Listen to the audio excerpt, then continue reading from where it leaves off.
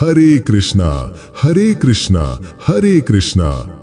कर्मण्येवाधिकारस्ते मा फलेषु कदाचन मा कर्म फल हेतुर्भूर मा ते संगोस्त्व कर्मणि।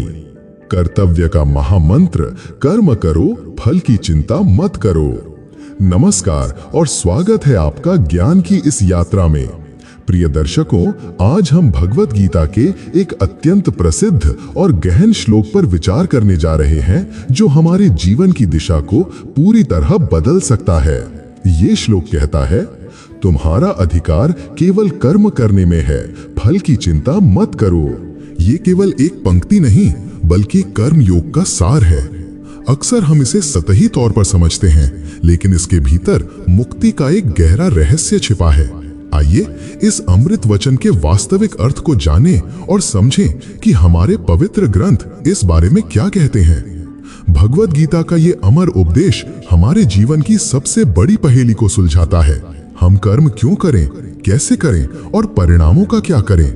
वीडियो में हम इस महामंत्र के हर पहलू को गहराई से समझेंगे और जानेंगे कि ये हमारे आधुनिक जीवन में कैसे शांति, सफलता और आनंद ला सकता है। भगवत गीता की शुरुआत युद्ध के मैदान से होती है, जहां अर्जुन अपने ही संबंधियों के खिलाफ युद्ध करने से विमुख हो जाते हैं। वे भ्रमित और दुखी हैं। भगवान कृष्ण उन्हें कर्तव्य परायण होने और युद्ध करने का उपदेश देते हैं। कृष्ण अर्जुन को समझाते हैं कि ना तो मृत और ना ही जीवित के लिए शोक करना चाहिए, क्योंकि आत्मा अविनाशी है। वे बताते हैं कि सभी प्राणी जन्म और मृत्यु के चक्र में हैं और सुख दुख को सहन करने की हिम्मत रखनी चाहिए। एक विशाल युद्ध भूमि, दोनों ओर सेनाएं खड़ी हैं, अपने अपने शस्त्र ताने हुए, विनाश के लिए तत्पर। और ठीक बीच में खड़ा है एक वीर योद्धा अर्जुन। उसके हाथों में गांडीव है, पर हृदय में मोह और संदेह का महासागर उमड़ रहा है। वह अपनों को सामने देख रहा है और उसके हाथ हथियार उठाने से इनकार कर रहे हैं। वह अपने कर्तव्य से विमुख हो रहा है। कल्पना करो उस क्षण की, रणभेरी बज चुकी थी, शंखनाद गूंज रहे थे और कौरवों तथा पांडवों की विशाल सेनाएं एक दूसरे के सम्मुख खड़ी थीं। अर्जुन, गांडीवधारी वीर, अपने बंधु बांधवों, गुरुजनों और प्रियजनों को सामने देख मोहग्रस्त हो गया था। उसके हाथ से गांडीव छूट रहा था, शरीर कांप रहा था और मन विषाद से भर गया था। ऐसे विकट हृदय विदारक समय में जब कर्तव्य और मोह के द्वंद्वों में फंसकर मानव आत्मा कांप उठती है, तब सारथी बने हुए स्वयं पुरुषोत्तम भगवान श्री कृष्ण ने अपने शिष्य, अपने सखा अर्जुन को ये दिव्य ज्ञान प्रदान किया। तब उनके गंभीर, शांत किंतु अत्यंत शक्तिशाली स्वर में ब्रह्मांड के गूढ़ रहस्यों को समेटे हुए वह अमर वाणी प्रस्फुटित हुई। तुम्हारा अधिकार केवल कर्म करने पर है, कर्मों के फल पर कभी नहीं। तुम ना तो कर्मों के फल के हेतु बनो और ना ही कर्म न करने में तुम्हारी आसक्ति हो। इस संदर्भ में कृष्ण कर्म के महत्व पर बल देते हैं, लेकिन कर्म के फल की इच्छा से रहित होकर। उनका कहना है कि कोई भी व्यक्ति कर्म किए बिना नहीं रह सकता और केवल कर्मों का त्याग करने मात्र से भी उद्देश्य प्राप्त नहीं होता। वास्तव में शास्त्र विधि अनुसार भक्ति कर्म करने से ही परमात्मा की प्राप्ति रूपी कार्य पूरा होगा, तब निष्कर्मता बनेगी। ऐसे विचलित मन को, कर्तव्यच्युत होते वीर को स्वयं योगेश्वर भगवान श्री कृष्ण ने जो ज्ञान दिया, वो केवल अर्जुन के लिए नहीं था, वो हर युग के हर मनुष्य के लिए था, जो जीवन के युद्ध में कभी मोहग्रस्त होता है, कभी फल की चिंता में डूबता है और कभी कर्तव्य से विमुख होने लगता है। और उस ज्ञान का केंद्र था एक ऐसा सूत्र, एक ऐसा महामंत्र जो आज भी उतना ही प्रासंगिक है जितना हजारों वर्ष पहले था। ये वो सूत्र है जो हमें कर्म और जीवन के सही अर्थ से परिचित कराता है। ये वो सूत्र है जो कहता है, कर्मण्येवाधिकारस्ते मा फलेषु कदाचन कर्मण्येवाधिकारस्ते कर्तव्य ही शक्ति। Your right is only to perform your duty, duty is power. सबसे पहले इस महामंत्र के पहले भाग को समझते हैं।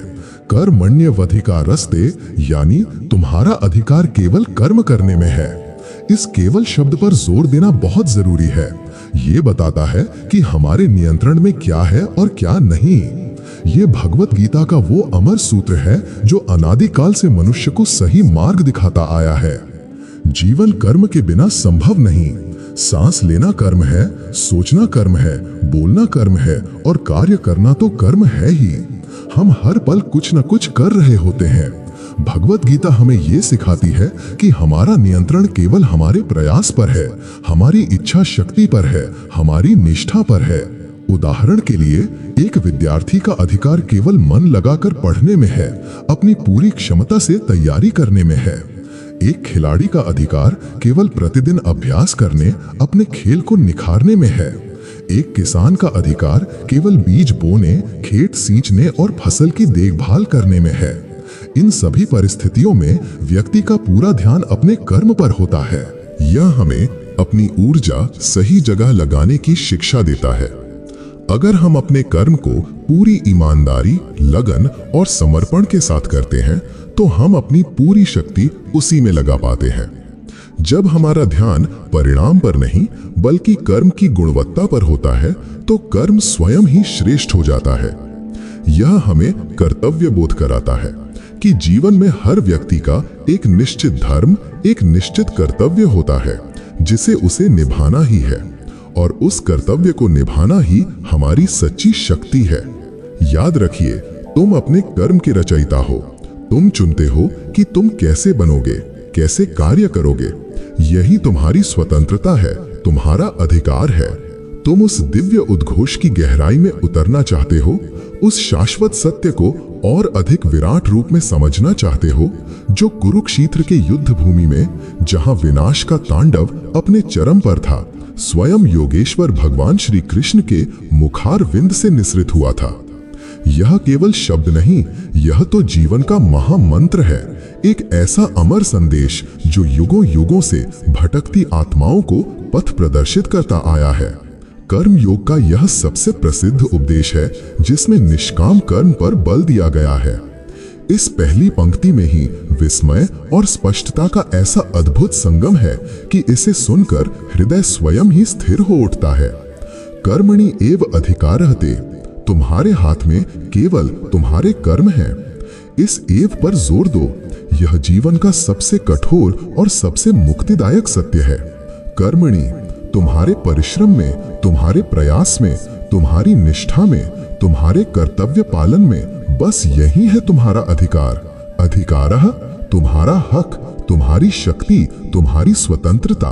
तुम चुन सकते हो कि कैसे कर्म करना है, कितनी लगन से करना है, किस भावना से करना है। ते, हाँ, तुम्हारे ही, किसी और के नहीं, देवताओं के नहीं, भाग्य के नहीं, सिर्फ तुम्हारे। मनुष्य के नियंत्रण में केवल उसके कर्म होते हैं। हम कौन सा कार्य करते हैं, कैसे करते हैं और कितनी ईमानदारी से करते हैं, यह हमारे हाथ में होता है। हमें अपने कर्तव्यों को पूरी निष्ठा और समर्पण के साथ निभाना चाहिए। तुम अपने कर्मों को केवल फलों को प्राप्त करने के साधन के रूप में मत देखो। तुम्हारी प्रेरणा केवल मुझे क्या मिलेगा नहीं होनी चाहिए। जब तुम्हारी आसक्ति फल से जुड़ जाती है तब तुम उसके गुलाम बन जाते हो। यदि फल नहीं मिला तो दुख, निराशा, क्रोध, यदि मिला तो अहंकार और फिर और अधिक की लालसा। यही आसक्ति ही बंधन है, यही पीड़ा का मूल है। निष्काम भाव से कर्तव्य समझकर कर्म करो, फल की अपेक्षा से नहीं। मां कर्म फल हेतुर्भूर माते संगोस्त्व अकर्मणि। निष्काम कर्म का संतुलन।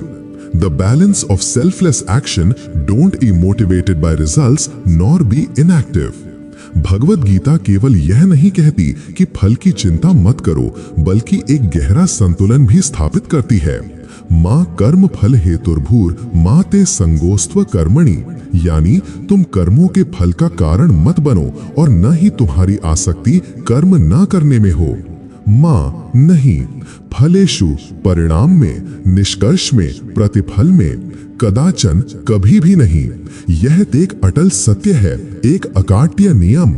हम कितनी भी इच्छा करें, कितनी भी कामना करें, हम परिणामों को नियंत्रित नहीं कर सकते।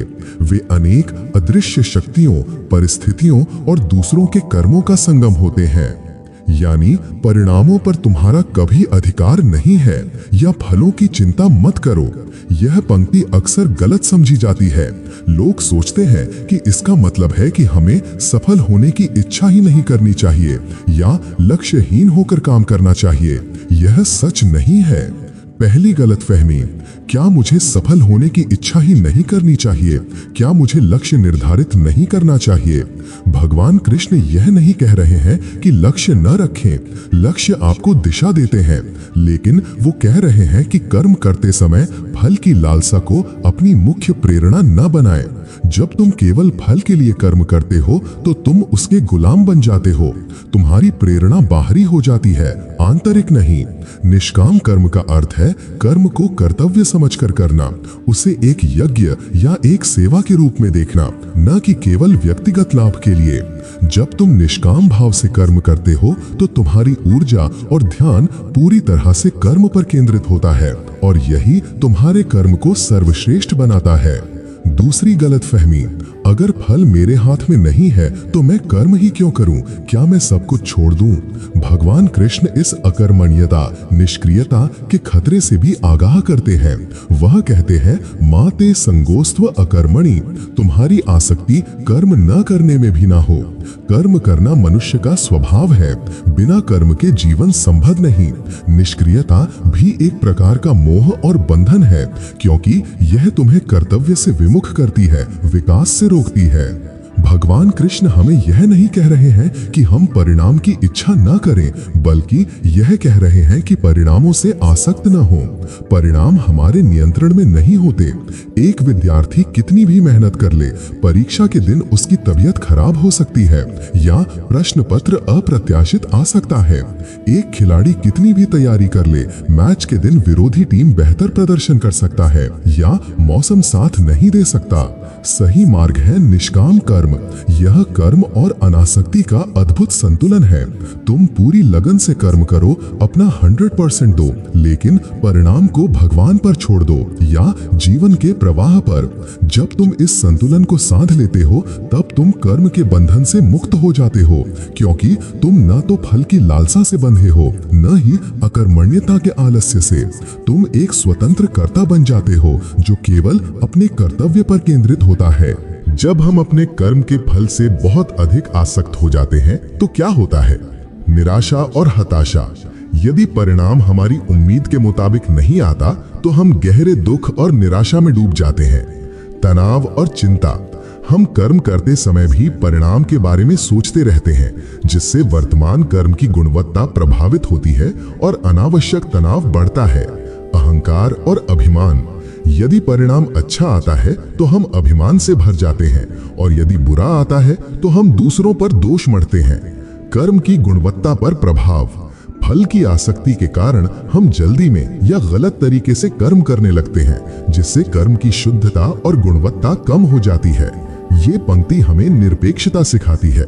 जब तुम बीज बोते हो तो तुम्हारा अधिकार केवल बीज बोने, पानी देने, खाद डालने तक है। फल कैसी होगी ये मौसम, कीट और अन्य कारकों पर निर्भर करता है। यदि तुम केवल फल की चिंता में घुलते रहोगे तो तुम कभी शांति से बीज बो ही नहीं पाओगे। कर्म के परिणाम, फल हमारे नियंत्रण में नहीं होते।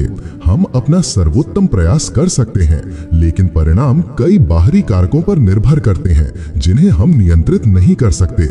इस हिस्से का अर्थ ये भी है कि हमें अपने कर्मों के फल की लालसा नहीं करनी चाहिए।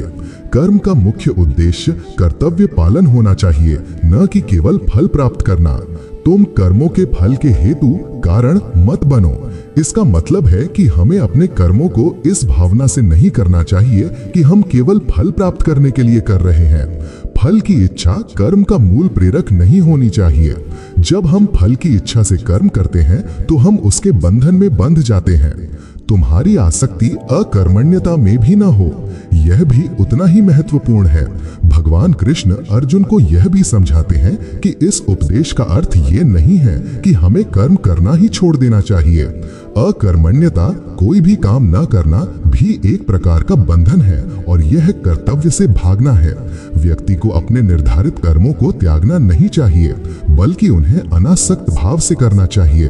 तुम इस उपदेश को गलत समझकर कर्म करना ही छोड़ दो। अकर्मण्यता, काम न करना भी एक दोष है, एक प्रकार का पलायन। यह भी मोह ही है, क्योंकि तुम परिणाम के भय से या आलस्य से अपने कर्तव्य से भाग रहे हो। अर्जुन, जो युद्ध से विमुख हो रहा था, उसे इस पंक्ति से सीधा संबोधन मिलता है। कर्म करना अनिवार्य है, क्योंकि कर्म के बिना जीवन संभव नहीं। जीवन ही कर्म है। अब सवाल ये उठता है कि भगवद गीता का यह दिव्य सूत्र हमारे आज के जीवन में कैसे काम आता है। यह केवल आध्यात्मिक उपदेश नहीं है, बल्कि एक अत्यंत व्यवहारिक जीवन दर्शन है। 1. तनाव और चिंता से मुक्ति। जब हम परिणामों की चिंता करना छोड़ देते हैं तो हमारे मन का एक बहुत बड़ा बोझ हल्का हो जाता है। हम चिंता मुक्त होकर अपने काम में फोकस कर पाते हैं, जिससे तनाव का स्तर कम होता है। 2. बेहतर प्रदर्शन। जब सारा ध्यान कर्म की गुणवत्ता पर होता है तो हमारा प्रदर्शन स्वाभाविक रूप से बेहतर होता है। हम हर काम को पूरी निष्ठा से करते हैं, जिससे सफलता की संभावना बढ़ जाती है। 3. असफलता का सामना। यह हमें असफलता को स्वीकार करने की शक्ति देता है। यदि हमें अपेक्षित परिणाम नहीं मिलता तो हम निराश नहीं होते, बल्कि ये समझते हैं कि हमने अपना कर्तव्य पूरा किया और अब आगे बढ़ने का समय है। यह हमें सीखने और फिर से प्रयास करने की ऊर्जा देता है। 4. आंतरिक शांति और संतोष। परिणाम की आसक्ति से मुक्ति आंतरिक शांति लाती है। हमें पता होता है कि हमने अपना सर्वश्रेष्ठ दिया है और यह ज्ञान ही हमें सच्चा संतोष देता है, चाहे बाहरी परिणाम कुछ भी हो। 5. संबंध और रिश्ते। यह सिद्धांत हमारे व्यक्तिगत संबंधों में भी लागू होता है। हम रिश्तों में अपना प्रेम और समर्पण देते हैं, लेकिन सामने वाले से बदले में क्या मिलेगा इसकी अपेक्षा नहीं करते। यह रिश्तों को अधिक शुद्ध और मजबूत बनाता है। 6. निरंतरता और धैर्य। जब आप फल की चिंता से मुक्त होते हैं तो आप धैर्य पूर्वक और लगातार प्रयास कर पाते हैं, भले ही तत्काल परिणाम न दिखें। आप जानते हैं कि आपका काम कर्म करना है और परिणाम समय के साथ अपने आप आएंगे। जीवन एक यात्रा है और कर्म इस यात्रा का वाहन। फल गंतव्य हो सकता है, लेकिन यात्रा का आनंद कर्म करने में ही है। जब आप इस मंत्र को अपने जीवन का हिस्सा बना लेते हैं तो आप न केवल अपने लक्ष्यों को अधिक प्रभावी रूप से प्राप्त करते हैं, बल्कि एक अधिक शांत, संतुष्ट और आनंदमय जीवन भी जीते हैं। इस उपदेश का गहरा महत्व। अनासक्ति योग। ये उपदेश अनासक्ति योग का सार है, जो भगवद गीता का केंद्रीय विषय है। इसका अर्थ है कि व्यक्ति को अपने कर्तव्यों को करते हुए भी परिणामों से विरक्त रहना चाहिए। तनाव मुक्ति। जब हम परिणामों की चिंता किए बिना कर्म करते हैं तो हम तनाव और निराशा से बचते हैं। यदि परिणाम हमारी अपेक्षा के अनुरूप नहीं भी होते हैं तो भी हमें शांति मिलती है, क्योंकि हमने अपना कर्तव्य पूरा किया है। स्वयं पर नियंत्रण। ये हमें सिखाता है कि हम केवल अपने प्रयासों और अपने दृष्टिकोण को नियंत्रित कर सकते हैं, परिणामों को नहीं। ये हमें आंतरिक शांति और शक्ति देता है। निस्वार्थ कर्म। ये हमें निस्वार्थ भाव से कर्म करने के लिए प्रेरित करता है। जब फल की इच्छा नहीं होती तो कर्म शुद्ध हो जाता है और व्यक्ति का अहंकार कम होता है। कर्तव्य पालन। ये हमें यह याद दिलाता है कि हमारा प्राथमिक कर्तव्य कर्म करना है, न कि उसके फल की चिंता करना। ये हमें अपने लक्ष्यों पर ध्यान केंद्रित करने और लगातार प्रयास करने के लिए प्रोत्साहित करता है। ये महामंत्र तुम्हें सिखाता है कर्तव्य पर एकाग्रता। अपनी पूरी शक्ति, बुद्धि और एकाग्रता को अपने वर्तमान कर्म पर लगाओ। परिणामों से विरक्ति। परिणामों को ईश्वर पर छोड़ दो या प्रकृति के नियमों पर। वे तुम्हारे हाथ में नहीं है, उनकी चिंता करना व्यर्थ है। बंधन से मुक्ति। जब तुम फल की इच्छा का त्याग करते हो तो तुम कर्म के बंधन से मुक्त हो जाते हो, तुम स्वतंत्र होते हो। सक्रियता का आवाहन। निष्क्रियता नहीं, बल्कि सक्रिय, ऊर्जावान जीवन का यह आवाहन है, जहां प्रत्येक कर्म एक यज्ञ के समान पवित्र हो जाता है। ये श्लोक केवल अर्जुन के लिए नहीं था, ये प्रत्येक मानव के लिए है जो जीवन के युद्ध क्षेत्र में खड़ा है। ये हमें सिखाता है कि हम अपने जीवन के सारथी स्वयं बने, कर्तव्य पथ पर अडिग रहें और परिणामों की चिंता किए बिना कर्म करते रहें, क्योंकि यही जीवन का वास्तविक आनंद और मोक्ष का मार्ग है। ये उपदेश हमें शांति, शक्ति और उद्देश्य से भर देता है, एक ऐसा महाकाव्य सत्य जो समय की सीमाओं से परे है। हमें अपना काम पूरी ईमानदारी, समर्पण और बिना किसी व्यक्तिगत लाभ की उम्मीद के करना चाहिए। हमें परिणामों की परवाह किए बिना अपने कर्तव्य को निभाना चाहिए, क्योंकि परिणाम हमारे नियंत्रण में नहीं होते हैं। ये जीवन में शांति, संतोष और सफलता प्राप्त करने का एक शक्तिशाली सिद्धांत है। तो हे मित्र, कर्मण्यवाधिकारस्ते मा फलेषु कदाचन, ये केवल एक श्लोक नहीं है, ये जीवन को जीने की एक कला है, एक गहरा दर्शन है। ये हमें सिखाता है कि हम अपने जीवन के सूत्रधार हैं, अपने कर्मों के स्वामी हैं। ये हमें शक्ति देता है कि हम अपने कर्तव्यों को पूरी निष्ठा और समर्पण के साथ निभाएं, बिना किसी आसक्ति के। जब हम ड्यूटी पूर्ण काम करते हैं तो अधिक ईमानदारी और समर्पण होता है, क्योंकि कोई स्वार्थ नहीं होता। जिस चीज पर हमारा नियंत्रण नहीं है उसके बारे में सोच सोचकर अपनी बुद्धि और मन की शांति खराब नहीं करनी चाहिए। हमारे हाथ में सिर्फ कर्तव्य है। लक्ष्य, गोल का होना महत्वपूर्ण है, जो काम करने से पहले तय होता है। लक्ष्य स्पष्ट होना चाहिए ताकि हमारे प्रयास सार्थक हों। हालांकि काम करने के बाद जो परिणाम मिलता है उससे अनासक्त होना चाहिए। काम करने की सबसे उच्च प्रेरणा वह है जब हम ये मानते हैं कि ड्यूटी ही जीवन है। जैसे भगवान के भक्त भगवान की सेवा प्रेम भाव से करते हैं, बिना किसी सांसारिक लाभ की इच्छा के। वे दिन रात एक करके सेवा करते हैं, न कुछ मिलने की अपेक्षा रखते हैं, बल्कि उच्चतर उद्देश्य के लिए काम करते हैं। भगवत गीता का यह ज्ञान कि फल की इच्छा मत करो, हमारे भले के लिए है। जब हमें कोई फल मिलता है, चाहे वो सफलता हो या असफलता, हमें उस फल को भगवान को अर्पित कर देना चाहिए। जब हम फल को भगवान को अर्पित करते हैं तो भगवान उसे हमें प्रसादम के रूप में वापस देते हैं। इस प्रकार कर्म करने से हमें चिंता नहीं होती, क्योंकि जो हमारे वश में नहीं है उसका न तो शोक होता है और न ही तनाव। कर्म फल की चिंता न करते हुए, फल भगवान को अर्पित करते हुए और उसे प्रसाद के रूप में स्वीकार करते हुए सेवा करना भक्ति की शुरुआत है। कर्म योग भक्ति की शुरुआत है और भक्ति योग उसका चरम है। यह आध्यात्मिक प्रगति में आगे बढ़ने के लिए एक रास्ता है जिसे भगवत गीता दर्शाती है। याद रखिए, कर्म योग, कर्म करते रहो, फल की चिंता मत करो। धैर्य, चुनौतियों का सामना करने के लिए धैर्य रखें। आत्मविश्वास, खुद पर विश्वास रखें और आगे बढ़ते रहें। सकारात्मक दृष्टिकोण, निराशा को अपने ऊपर हावी न होने दें। ईमानदारी और निष्ठा, अपने काम को पूरी ईमानदारी से करें। संतुष्टि, अपने कर्मों से संतुष्ट रहें। तुम कर्म के स्वामी हो, फल के नहीं। फल की आसक्ति चिंता और दुख लाती है। अकर्मण्यता भी एक बंधन है, एक पलायन है। निष्काम कर्म ही तुम्हें स्वतंत्रता और शांति देता है। भगवान कृष्ण के उपदेशों का पालन करके हर काम में सफलता प्राप्त की जा सकती है। उनका मुख्य उपदेश यह है कि कर्म करते रहो, फल की चिंता मत करो। सफलता का रहस्य कर्म योग में है, जहां व्यक्ति अपने कर्मों पर ध्यान केंद्रित करता है बिना फल की इच्छा किए। इसके अतिरिक्त धैर्य, आत्मविश्वास और सकारात्मक दृष्टिकोण भी सफलता के लिए आवश्यक है। भगवान कृष्ण ने भगवत गीता में अर्जुन को कर्म योग का उपदेश दिया, जिसमें उन्होंने कहा कि कर्म करना मनुष्य का धर्म है और फल की चिंता करना व्यर्थ है।